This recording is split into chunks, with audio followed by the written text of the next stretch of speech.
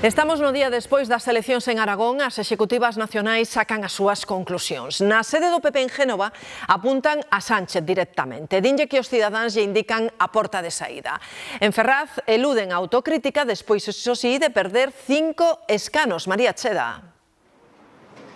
Sí, de feito, Marta Darriba, dende o Partido Socialista, insisten en que os que perden son os populares, malia que eles obtiveron o seu peor resultado na historia de Aragón. Non só eles, tamén todo o bloque da esquerda, ata o punto de que Podemos desaparece do escenario. O Partido Popular gaña as eleccións, sí, pero non cos resultados que agardaba, e hoxe teñen tres mensaxes claras dos aragoneses. Unha, que queren que goberne o Partido Popular; dous, que están obrigados ao entendemento con Vox, sempre que sexa con respeto; e tres, que basta xa de Pedro Sánchez. Un bloque da dereita que sae reforzado, que medra, e un bloque da esquerda que cae en picado nestas eleccións. Xornada de celebración na sede central do PP. Creen que os resultados de Aragón apuntan directamente a Pedro Sánchez. La gente ya no le soporta. E pregúntase Feijóo cantas desfeitas electorais máis necesita para convocar unhas xerais. Su soberbia es tan mayúscula que no solo se agarra al gobierno como un clavo ardiendo, es que está alargando la agonía política de España. Es que ha decidido que todo su partido se hunda con él. Na sede do PSOE en Ferraz tamén fan análise. Obviamente el resultado no es el que hubiéramos querido. Pero peor, creen, son os resultados do PP, gañador aritmético, din, pero perdedor político. Acabar peor de lo que estaba, eso es un fracaso estrepitoso. El señor Feijóo se ha convertido en el mejor jefe de campaña del señor Abascal. A Vox mandoulle recado Feijóo este luns. Quiero dirigirme a Vox con una sola palabra: responsabilidad. Nas negociacións para investir a Jorge Azcón, os de Abascal xa teñen peticións. Queremos gobernar, claro que queremos gobernar. Consejerías con estructura y con presupuesto. As eleccións aragonesas tamén obrigan a reflexionar os partidos estatais á esquerda do PSOE como Podemos. Evidente que el resultado es muy malo. A Podemos, a Sumar e os partidos nacionalistas de esquerda, Gabriel Rufián proponlles crear unha candidatura única para as próximas eleccións xerais. Máis cabeza e menos pureza, di nas redes. Pero certo é que nin o seu partido, Esquerra Republicana, comparte a idea. Tan só Sumar estaría a favor desa lista colectiva. Vox, xa escoitamos, di que quere entrar no goberno, sabedores de que o Partido Popular os precisa. Jorge Azcón conseguiu 26 escanos, 2 menos dos que tiña, faltanlle 8 para a maioría absoluta. O PSOE obtivo o seu peor resultado histórico, pasou de 23 a 18 escanos. Vox é a terceira forza, pero duplica a representación, pasa de 7 a 14. Tamén duplica Xunta Aragonesista, que logra 6, e Aragón Existe baixa e queda con 2 deputados. Izquierda Unida, que se presentou en coalición con Sumar, obtén un representante. Podemos e o Partido Aragonés desaparecen deste Parlamento. Cos resultados na man, ábrese o tempo das conversas en Aragón. Marcos, que pide Vox? Ben, Marta, xa o escoitamos. Quere gobernar e a intención de Azcón é conversar de xeito inmediato para pechar un acordo. De feito, o candidato do Partido Popular recordou esta mañá que non é a primeira vez que goberna con Vox, e os de Vox din querer volver sentar aquí no banco azul destas Cortes onde estamos. O candidato Nolasco dicía esta mañá que o obxectivo de Vox sobre todo é acabar coas políticas que chama socialistas.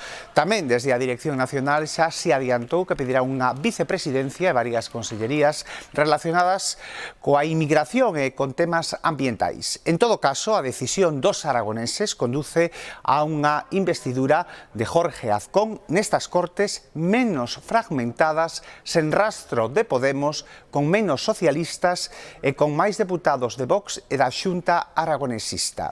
O candidato do Partido Popular advertiu de que é o momento de arremangarse dirixíndose aos de Vox. La gran pregunta es si Vox está dispuesta a asumir responsabilidades. Es decir, en política hay que saber cuándo toca arremangarse, cuándo toca tomar decisiones y ponerse el mono de currar. Y eso es lo primero que hay que ver. Si Vox, bueno, lo primero que hay que ver es qué quiere hacer Vox.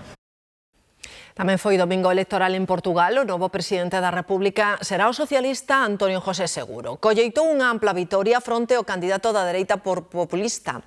Brais. Nunhas horas chegará aquí ao Palacio de Belém o futuro presidente de Portugal, Antonio José Seguro, que onte se converteu no máis votado da democracia lusa ao arrasar na segunda volta das presidenciais ante a dereita populista de André Ventura. Conseguiu 2/3 dos votos e gañou en todos os distritos do país, un resultado dunha elocuencia que había tempo que Portugal non vía. Rebelo de Sousa, que non podía presentarse a un terceiro mandato, deixará a presidencia 10 anos despois e deixa tamén unha advertencia ao seu sucesor. Nun contexto de inestabilidade global, terá unha tarefa máis difícil ca que el tivo. José Seguro xa dixo que non ten a intención de vivir neste palacio, senón en Caldas da Raíña, onde onte pasou a noite electoral e onde viviu nos últimos anos coa súa muller, o que dá unha pista do seu perfil moito máis discreto. Cherokee, o que fora xefe da ETA condenado a 400 anos de cadea pola súa actividade terrorista, acaba de saír de prisión. Faino en réxime de semiliberdade, unha licenza penitenciaria conseguida tras a cesión de competencias ao goberno vasco. Garicoich Azpiazu, máis coñecido como Cherokee, xa está en réxime de semiliberdade. Despois de cumprir 18 anos na cadea, pode abandonar a prisión de luns a xoves para traballar ou realizar voluntariado. É unha fórmula intermedia previa ao terceiro grau da que xa se beneficiaron outros condenados por terrorismo. O goberno vasco concedeu máis dun cento de medidas similares despois de asumir a competencia da xestión dos cárceres de Euskadi. Cherokee asumira o mando da banda terrorista ETA en 2008, pouco despois caía nunha operación conxunta da Garda Civil e a Xendarmería francesa. Te ha dicho que solo voy a responder a las preguntas de mi abogado. En 2011 foi condenado pola Audiencia Nacional a 377 anos de cárcere, os que hai que sumar condenas posteriores por outros atentados terroristas. No seu historial delituoso figuran o asasinato do magistrado José María Lidón, ademais de participar no atentado contra o socialista Eduardo Madina e os dous gardas civís na localidade francesa de Cap Bretón. Segundo os datos da Asociación de Vítimas do Terrorismo, na actualidade cumpren condena 125 presos de ETA. Deles, só 58 están en réxime ordinario, o resto fano en semiliberdade. A UDEF certifica que Zapatero cobrou €500.000 do asesor de Plus Ultra Julio Martínez, segundo unha información da axencia Colpisa que publican varios xornais. O expresidente do goberno non desmentiu eses pagos, pero di que corresponden a unha actividade privada absolutamente legal e nega que cobrara polo rescate da aeroliña, unha operación que investiga a xustiza. Galicia quere facerse un oco no sector da enerxía producida polas ondas do mar, así que a Xunta vai dar un impulso investindo case 6 millóns de euros para instalar en Punta Lagosteira unha plataforma flotante que controlará as mareas. Gloria. Sí, Marta, efectivamente vai ser un proxecto absolutamente innovador. De feito, vai ser o primeiro prototipo flotante de España que vai permitir monitorizar o mar co obxectivo de saber se Galicia ten capacidade de producir enerxía a partir das ondas do mar e das mareas. De ser así, Alfonso Rueda asegura que isto se faría con todas as garantías e escoitando sempre o sector do mar. Galicia pode ter un gran potencial na enerxía mariña que producen as mareas, defende a Xunta, que acaba de licitar por 5,7 millóns de euros o contrato para deseñar o primeiro prototipo flotante de España que vai monitorizar as ondas en Punta Lagosteira. Servirá para ter unha previsión meteorolóxica máis precisa, pero, sobre todo, para saber como se poden aproveitar as ondas para xerar enerxía. Veremos o resultado destas medicións, pero é un nicho que podemos explorar e que, polo tanto, necesitamos saber os datos para ver se Galicia aquí ten unha oportunidade. Se a ten, lóxicamente, a partir de aí empezará todo o procedimento e todo o diálogo, por suposto, co sector do mar. Alfonso Rueda lamenta que o Goberno Central non autorice na mesma zona unha plataforma para probar prototipos de eólica mariña, para que Galicia tiña aprobada unha axuda de 20 millóns do Ministerio. O presidente critica tamén a decisión de Madrid de recorrer no Constitucional a repotenciación dos parques eólicos que aprobará a Xunta. Un 80% menos de muiños iban producir un 40% máis de enerxía. E isto é o que agora, incomprensiblemente, ou non, depende de as motivacións do goberno non explicadas, agora mesmo non vai poder ser. A Xunta vai comparecer ante o Constitucional contra esa paralización da repotenciación dos parques eólicos e contra a homologación automática da discapacidade, tamén paralizada polo Goberno Central. Viaxar en tren é dende hoxe ata o mércores complicado en Galicia pola folga de maquinistas de toda España. Alfonso Rueda falou co presidente de Renfe. Pídelle que manteña informada a Xunta sobre a suspensión de trens para suplir con autobuses. Por exemplo, en Cataluña se preocuparon moito de dar alternativas. A Xunta de Galicia tuvo que cubrila ademais así yo dixen o presidente de Renfe cando falei con el, sin ningún tipo de comunicación, nin saber a súa duración, nin as razóns. Bueno, nada de nada, só fixemos. A Xunta de Galicia puso 98 autobuses de reforzo. Pois hai polémica pola decisión de Renfe de non poñer buses alternativos nos trens que se suspenderon polo temporal. O BNG di que en Cataluña si había plan alternativo. Sabendo, ademais, que hai unha alarma con antelación, a alarma meteorolóxica con antelación, non haxa previsión de transporte alternativo, pero que non houve tampouco o segundo día.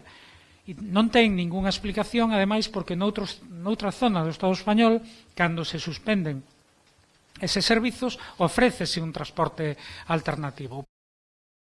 Nas filas dos socialistas galegos din que a alternativa de autobuses pros viaxeiros é máis complicada aquí en Galicia pola nosa orografía.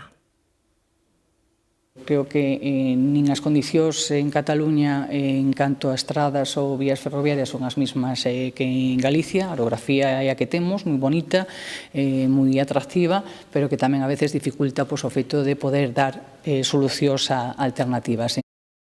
A primeira xornada de paro de maquinistas deixa viaxes atrasadas e máis cancelacións das previstas en toda España. Os sindicatos reclaman medidas para mellorar a seguridade. Malia que os servizos mínimos superan o 60%, en Galicia houbo algúns trens que non cumpriron o previsto. Nuria. Así é, Marta, algúns trens que estaba previsto que circularan hoxe non o fixeron finalmente, foron cancelados obrigando aos pasaxeiros a buscar unha plaza noutro tren ou tamén alternativa por estrada. Con todo, non houbo incidencias graves no que levamos de xornada nesta folga. O que si houbo foron atrasos recorrentes en prácticamente todos os servizos dende primeira hora. Iso sí, ben encaixados polo xeral polos pasaxeiros que sabían que tiñan coñecemento desta folga. Os sindicatos cifran o seguimento da folga en algo máis do 80% dos traballadores convocados, unha cifra que Renfe reduce a un 11,5%. Os sindicatos, por certo, critican uns servizos mínimos abusivos que no caso da alta velocidade supera o 70%. Se hoxe non hai acordo, a folga repetirase mañá e tamén o mércores.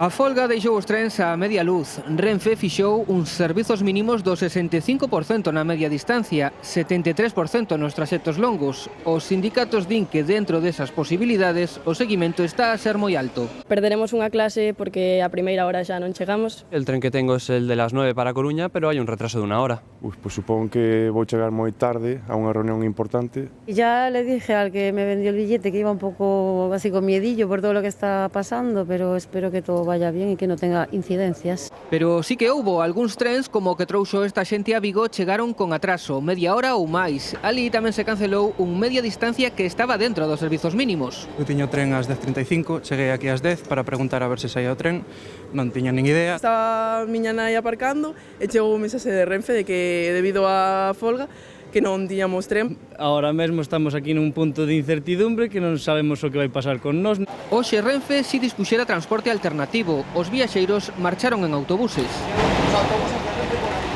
Una de las cosas que explicamos es que no estamos pidiendo un aumento salarial nuestro, ¿vale? En este caso se está pidiendo seguridad. Protocolos de seguridad que nos ayuden a coordinar mejor la operativa entre empresas privadas y administrador de infraestructura, empresa pública. Pendentes das negociacións, a folga segue convocada 2 días máis. Eses atrasos e cancelacións son a tónica xeral en toda España. O sindicato de maquinistas SEMA fala dun seguimento do 100% entre os condutores que non están citados pros servizos mínimos. Nestes 3 días de folga está previsto que haxa 350 trens de longa distancia afectados. Na media distancia prevense cancelar 683 servizos. E ollo porque o mércores pode ser un día especialmente complicado para moverse en transporte público en toda a provincia da Coruña. A folga de trens pódese sumar outra de autobuses. Patronal e sindicatos negocian a esta hora para tentar chegar a un acordo que evite o paro dos buses. O rexeitamento dos traballadores ao preacordo provocou un cruzamento de acusacións entre os sindicatos. Os que conducen pola Estrada Nacional que vai da Coruña a Tui, a Nacional 550, queixanse do mal estado do firme. Por exemplo, a altura de Oroso e de Ordes tamén. As chuvias destes últimos meses e o tráfico que teñen moi denso, sobre todo de camións pesados, desfixeron os parches que tapaban as fochancas. É unha nacional, unha estrada que soporta unha gran densidade de tráfico, pero polo seu estado de conservación non o parece. Non parece unha nacional, efectivamente. Creo que deberían de botar un poquinho de man desto. Nos levamos máis de ano e medio reclamándolle á Delegación do Goberno e ao Ministerio que ten necesidade dunha reparación urxente. A carretera nacional 550, o seu paso por Oroso, está nunhas condicións malísimas. É verdade que o tramo urbano se arreglou o ano pasado, pero que Oroso de Ixebre e Trasmonte presentan unha deficiencia máis que evidente. Tamén o alcalde de Ordes se sumou a esta petición e a resposta foi a mesma. A resposta é que, que se fará cando haxa orzamento. Entrementres, a Nacional 550 pide a gritos unha reparación integral. Con 180 kilómetros de percorrido é a que vertebra o eixo atlántico.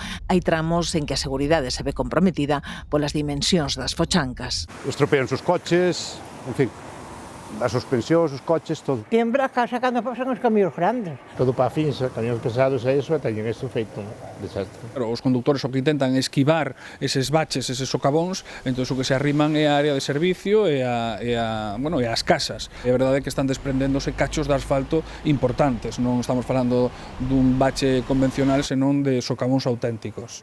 Que veñan nos arreglar, por favor, porque estamos perdidos, con moito medo. Con moito medo. E fíxense nesta iniciativa. En Lugo, o taxi vai cubrir os traxectos aos que non chega o bus urbano no rural. Haberá que solicitalo, iso sí, cun día de antelación e o seu prezo vai ser o mesmo co dun billete de bus. Subimos a un dos taxis que fará ruta á zona rural de Lugo. Falase moito de que hai que volver ao mundo rural, de que a xente, que non todo o mundo vai para as cidades, pero se non hai medios, nen hai facilidades. A maioría son desplazamentos de 10 minutos, pero complicados para as persoas maiores. A semana teñen que ir varias veces á cidade. Non hai bus, non conducen e o taxi era caro. O que non ten coche está moi fastidiado aquí na aldea.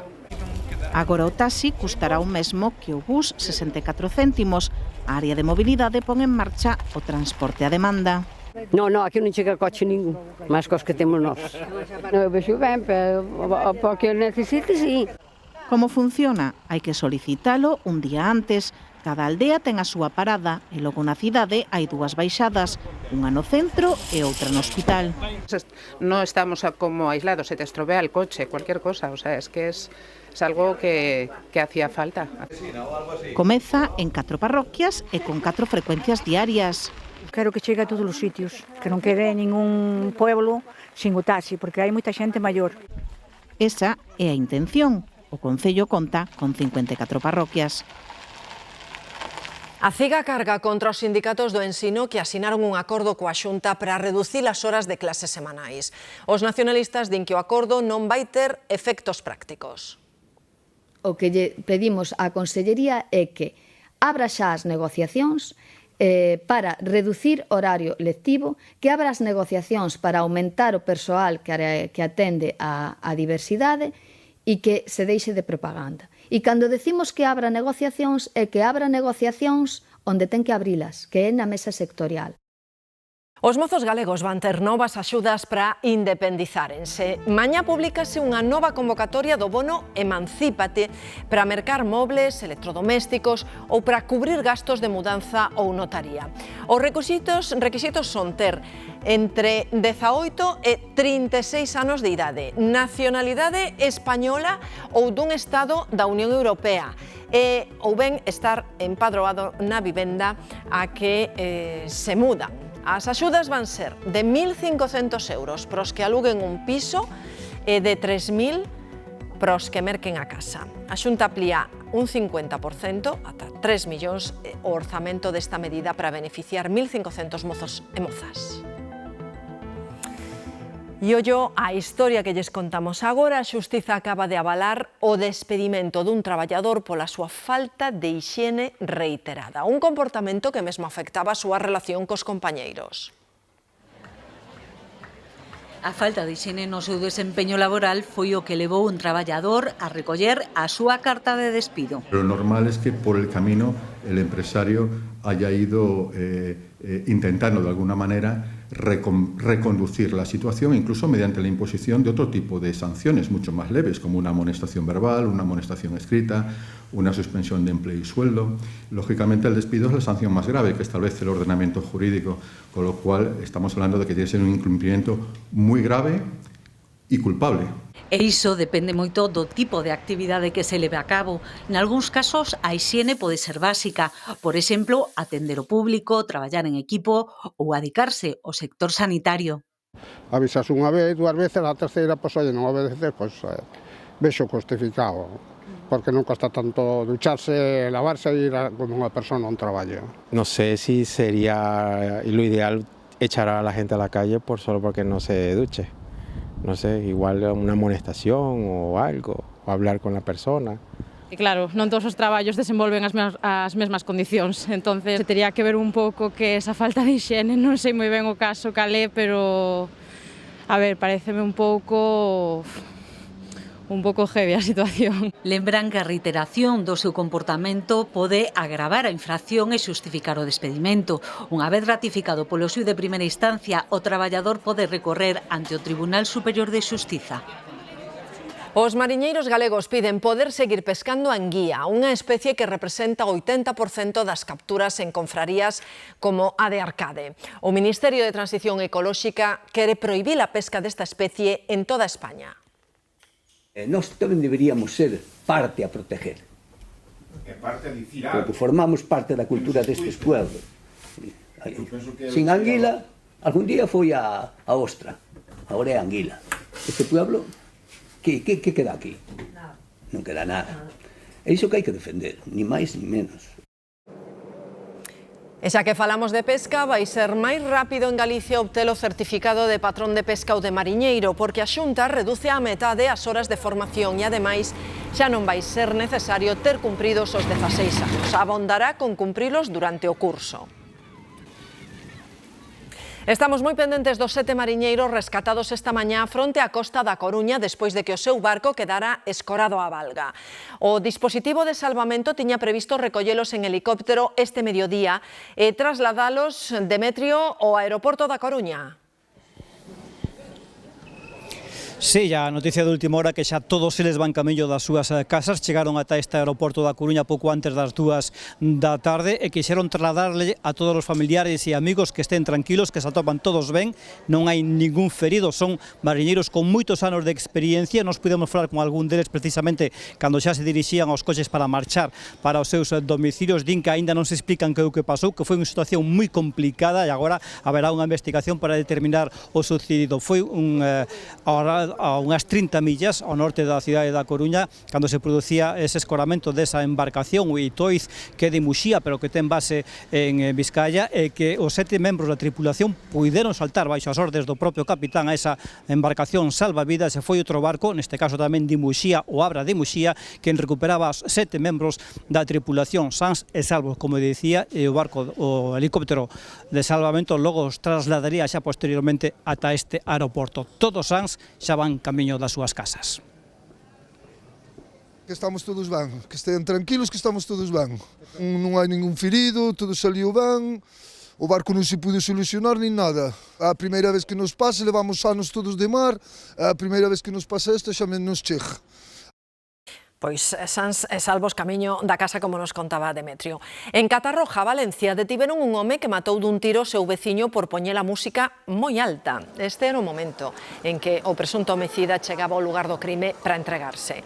Os axentes atoparon o cadáver da vítima de 46 anos caído nas escaleiras do edificio e cunha ferida na cabeza. E cae unha banda de narcotraficantes que introducía en España grandes cantidades de cocaína e agochada entre pezas de mármore. Hai 3 detidos, 2 están en prisión e os axentes comisaron tonelada e media de cocaína. A droga chegaba dende o Brasil por vía aérea ao aeroporto de Baraxas en contedores que transportaban mesados e lavabos de mármore. E hoxe coñecemos de primeira man a historia durísima dunha veciña de Carballo que supostamente foi drogada, violada e gravada pola que fora a súa parella. O home está en paradoiro descoñecido e todo apunta a que marchou para o estranxeiro, pero a xustiza acaba de denegar a orde de busca europea. A Fiscalía xa recorreu. Historia similar a de Giselle Pellicot, pero en Carballo, non é oportunismo. O seu pesadelo comezou antes de que se fixera coñecido o caso da francesa drogada e prostituída polo seu marido. Contouno aquí na Televisión de Galicia. E se me dixe unha persona de fora, pero teu marido. Daquela falou de costas, pero despois de 4 anos non está disposta a seguir agochándose. É que eu non teño por que esconderme. Nin eu, nin como mulleres maltratadas, non temos por que esconder. Nós somos as vítimas. A historia é durísima, tamén como soubo por unha carta que chegou do xulgado. Dentro, o horror. Eu abro, poño-me a ler e xa vexo ali máis de 6 fotos miñas. E dixo, pero que é isto? Pero iso non podo ser eu. E vi máis de 300 fotos miñas. E máis de 8 vídeos meus. Pois salí eu inconsciente nunha cama e eu non era a única muller que había naquelas fotos. Vídeos e imaxes supostamente gravadas por quen foi a súa parella durante 8 anos e o seu amigo durante un tempo máis. Ele estaban investigando na Coruña por pornografía infantil. E daquela cando lle fixeron un registro aquí na casa dele, foi cando descubriron un disco duro. O xuízo non se celebrou porque el fuxiu, está en busca e captura en España, pero todo apunta a que marchou para o estranxeiro. Pode ser que a Suiza, pero a xustiza acaba de denegar a orde de busca europea, outra lavazada máis para Tamara. Me parece xusto que non o busquen internacionalmente cando saben que non está aquí. E que siga facendo yo mellor o que me fixe a min, que yo siga facendo outras persoas. Apoiada pola Fiscalía que xa recorreu, Tamara pide que o busquen para que ninguén corra o risco de sufrir o martirio no que ela, cunha filla aínda menor de idade, está vivindo. Na Coruña, os veciños de varios barrios respiran algo máis aliviados ao saber que detiveron a muller que roubaba nos coches que quedaban aparcados na rúa. Reyes. Si, respiran xa algo máis aliviados porque a presunta autora dos roubos, unha muller de 39 anos e natural de Alacante, xa está na cadea. A Policía Nacional prendeuna nun primeiro momento a madrugada do sábado e tras pasar a disposición xudicial foi posta en liberdade. Porén, os axentes estaban convencidos de que ia volver a actuar e en tan solo 24 horas colleron a nallada aquí na Rolda de Outeiro á altura dos Mallos. Volveron prendela e desta volta si a enviaron a prisión. Os roubos consistían principalmente na rotura de cristais para subtraer obxectos do interior dos coches aparcados nas rúas de varios barrios da cidade herculina. Entraban na zona da Avenida do Ferrocarril, toda por aí abaixo, os Mallos e todo, e entraban igual, entraban nos coches, e arriba no Ventorrillo son do Ventorrillo, e tamén. Donde hai menudeo hai xente que precisa cartos. Agora, tras a detención da presunta responsable destes feitos delituosos, a veciñanza di sentirse algo máis tranquila. Sí, pero bueno, que non é solamente unha, a que se encarga de todo eso. La policía los coge, tarda máis la policía en cubrir papeles que ellos en salir. De feito, foi o que aconteceu neste caso. A muller foi detida 2 veces en 24 horas. O que teria que haber, que non máis investigación e que estos casos que non deixen así as cousas, porque senón de un lado para outro. Consideran tamén que falta vixilancia policial. 4 horas de traballo intenso dos bombeiros conseguiron evitar a morte de centos de polos nunha granxa de Salceda de Caselas. O lume comezou na zona da caldeira onde había cachela acumulada e causou unha gran fumareda. Finalmente só houbo danos materiais. O incendio comezou a primeira hora da mañá nesta granxa de polos na parroquia de Soutelo, en Salceda de Caselas. Cando os bombeiros chegaron, saía do interior unha intensa fumareda que tiña a súa orixe na zona da caldeira. Echaba muchísimo humo. Nuestra primera prioridad al llegar fue detectar exactamente dónde estaba el incendio, que estaba focalizado sobre todo en el cuarto de caldera y en un almacenamiento de astilla picada, ¿no?, para la caldera. Y después la siguiente tarea fue impedir la propagación a lo que es la zona de la granja, ¿no?, donde estaban todos los pollos. Llegamos a tiempo y pudimos impedir que los animales se viesen afectados. A rapidez na actuación evitou que o lume se propagara ata o lugar onde estaban os animais. A extinción prolongouse durante 4 horas, porén as tarefas de arrefriado son determinantes para evitar que se reavive. Estamos haciendo labores de refrigeración y enfriamiento de lo que es la zona de la astilla, porque la caldera sí que la extinguimos completamente, pero al haber tanto combustible almacenado y a profundidad, pues realmente el problema es refrigerar y localizar esos focos, ¿no? No incendio traballaron os bombeiros do Porriño, o Grupo de Emerxencias de Mos, Protección Civil de Salceda e os forestais de Peinador.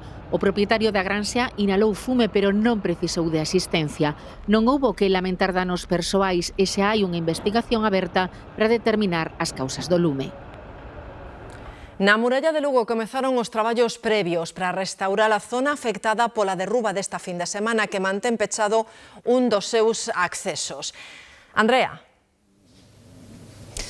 Sí, efectivamente, a pesar das chuvias, os operarios estiveron traballando esta mañá e seguen agora na reparación do treito da muralla de Lugo, que se veu afectada polas intensas chuvias. Esta primeira fase está consistindo en retirar as pedras que logo se van a empregar nesa reconstrucción. Hai que lembrar que a zona afectada non se corresponde co trazado orixinal romano, senón cunha construción de principios do século pasado. E para maior seguridade, a Xunta vai realizar un exame a toda a muralla, os máis de 2 kilómetros de extensión, para asegurar que non haxa máis filtracións e posibles derrubamentos que poñan en perigo este monumento Patrimonio da Humanidade. Os operarios da empresa encargada das obras de conservación da muralla de Lugo comezaron os traballos para arranxar o paramento derrubado a fin de semana. Baixo a supervisión do arquitecto responsable deste monumento declarado Patrimonio da Humanidade, delimitaron con barreiras o tramo afectado.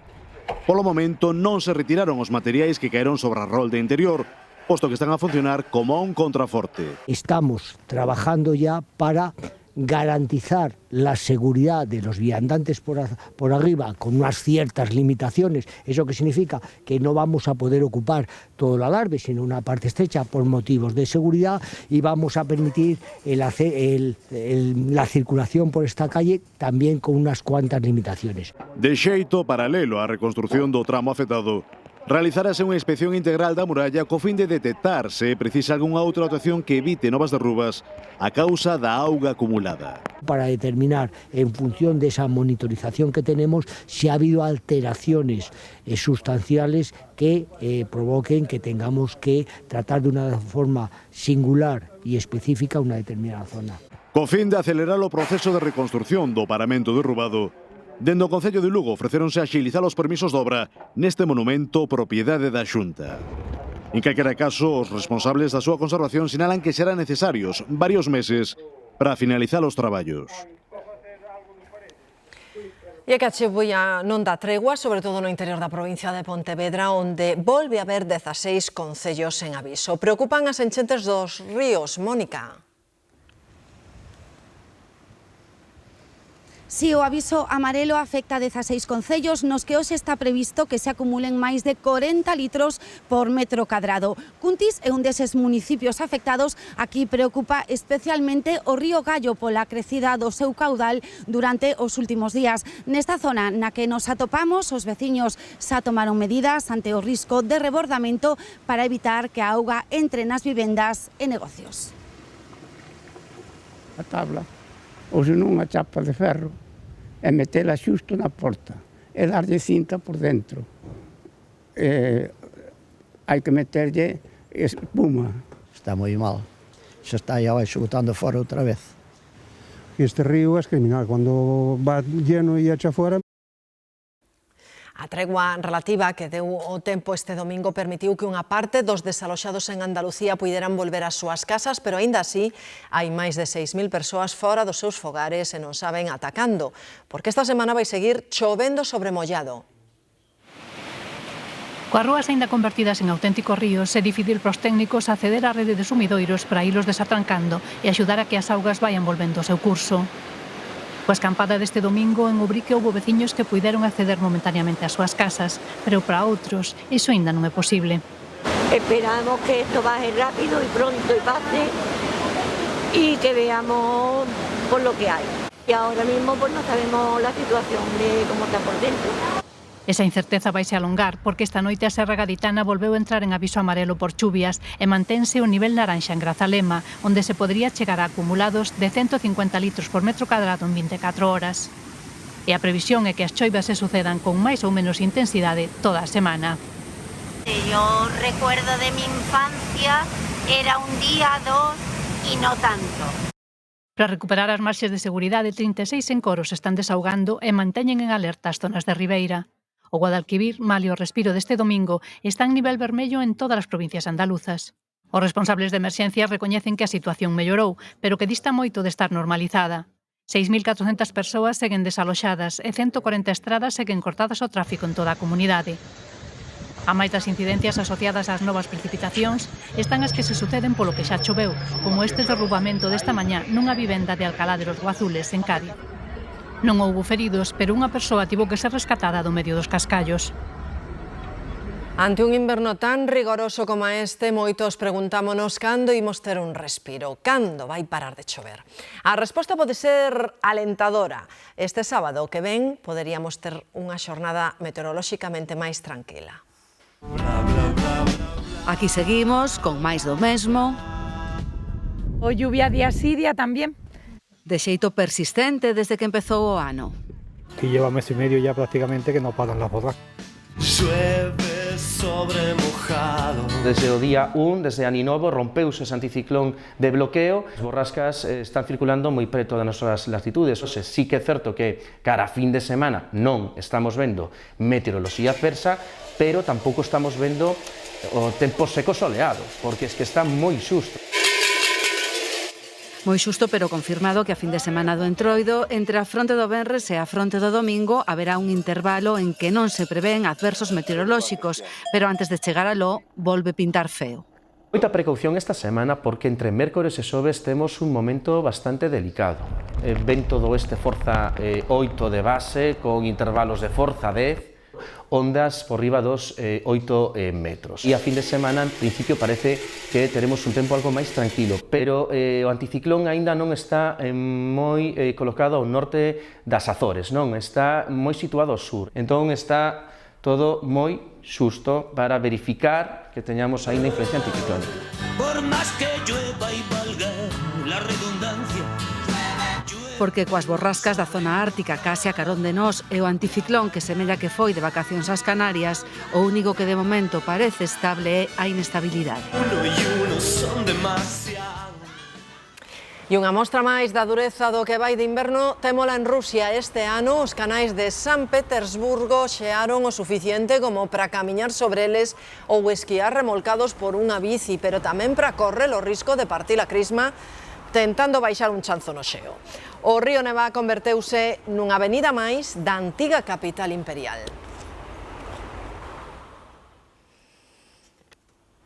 Cun inverno como este pasado por auga, secar a roupa tórnase moi complicado. Moitos acoden ás lavanderías para usar as secadoras industriais, outros buscan na casa recunchos con ventilación ou calefacción para que non cheire a humidade. Non hai como secar a roupa con aire e sol, pero tras días e días e días de choiva non queda outra que ter na casa estes armatostes. Un tendedereiro na habitación. E xa está, eu que se seca. Tarda máis en secar tamén. Tarda, pero como hai calefacción, pois non pasa nada. El tendedero lo tengo en la cocina y seco allí la ropa. No huele a humedad en mi casa. Ventila a roupa. Sí. Nas redes atopamos varios trucos para que a roupa seque pronto dentro e sen que cheire a humidade. El truco definitivo es poner un calefactor dentro de este refugio. El calor hará efecto sauna. Como una secadora, pero sin gastarte los cuartos. Con secadora.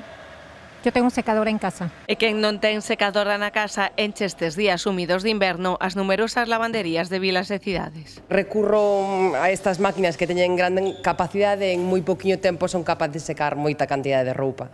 Privilexados estes días os que teñen un balconciño ou unha terraza cuberta, sempre que non veña tamén a choiva de lado, claro. Teño un balcón interno, unha galería, e seco aí. E aparte tampouco hai tanto problema, agora todo o mundo ten moita roupa. Non lle fai falta secala. Para airear e blanquear o sol, de momento, haberá que agardar. E este ano poderemos percorrer a pé ou en bicicleta toda a costa galega, dende Ribadeo a ata a Guarda. Ese é o obxectivo da Xunta, que acaba de aprobar 2 millóns de euros para obras do que vai ser o Camiño do Litoral. Son máis de 1.300 kilómetros que atravesan 79 concellos costeiros.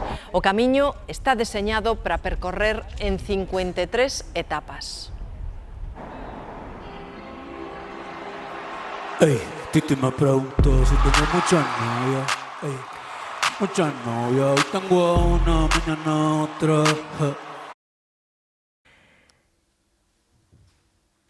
Esta actuación de Bad Bunny na Super Bowl está dando a volta ao mundo e dando tamén moito que falar, entre outras cousas, porque ia vestido de Zara. E como agradecemento á firma galega, os traballadores de Inditex en Arteixo comezaron a semana con este agasallo sorpresa. A mesma camiseta, inspirada no fútbol americano, que luciu o artista, cunha nota do propio Bad Bunny. Tamén son deseño de Zara a camisa, a gravata, os pantalóns e a americana. Para esa hacienda cerquita. Tengo el campeonato, nadie me lo quita. Para siempre aquí. Agora pasamos ao baile de borrascas que vai continuar nos próximos días, imaxe en directo dende o Ortigueira, onde as precipitacións é certo que poden perder algo de frecuencia, pero como ven seguirá chovendo e co ambiente moi cargado de humidade. Imaxes tamén en directo dende Ourense, hoxe algunha zona, algunha comarca de Ourense en aviso, mañá vai estar tamén a propia cidade, seguirá chovendo, as precipitacións seguirán sendo cuantiosas e importantes. Esta é a previsión para as próximas horas con esas zonas en aviso, interior de Pontevedra, esas comarcas do noroeste da provincia de Ourense, xa superamos os 40 litros nalgúna zona, e precipitacións intermitentes que aínda poderían afectarlle case que a calquera punto da comunidade. Sentimos non poder afinar máis, pero o que di o pronóstico con ese aviso de nivel amarelo que lle afecta a toda a costa galega. Mañá xa será laranxa e nas últimas horas do mércores, como comentaban os compañeros de Meteo Galicia, vais a activar un aviso de nivel vermello. O que sí están con cambios son as temperaturas. Fíxense, xa estamos a 18 graus en Ourense e a 19 no Valadouro. A Real Academia Galega anuncia as actividades programadas para homenaxear a escritora e xornalista Begoña Caamaño, a quen está dedicado o Día das Letras Galegas. A Academia destacou a soberbia achega da súa narrativa á literatura galega e difundirá a súa obra a partir do 2 de marzo con propostas presenciais en a rede. É unha novela, coñecíamos a versión de Ollo a esta criatura, é unha medusa fantasma xigante. Soaralles familiar, pero é moi rara de ver, de aí o de fantasma, o de xigante obvio. Os seus tentáculos poden acadar os 10 metros ao longo dun autobús, por exemplo. Imaginen o proído que tería que soportar un bañista enredado nela. Agora que o imaginaron, esquezaron. Esta medusa habita milleiros de metros de profundidade e, ademais, os seus tentáculos non son urticantes. Utilizaos para capturar pequenos peixes e crustáceos. Quedan co seu hipnótico movemento. Moi boa tarde.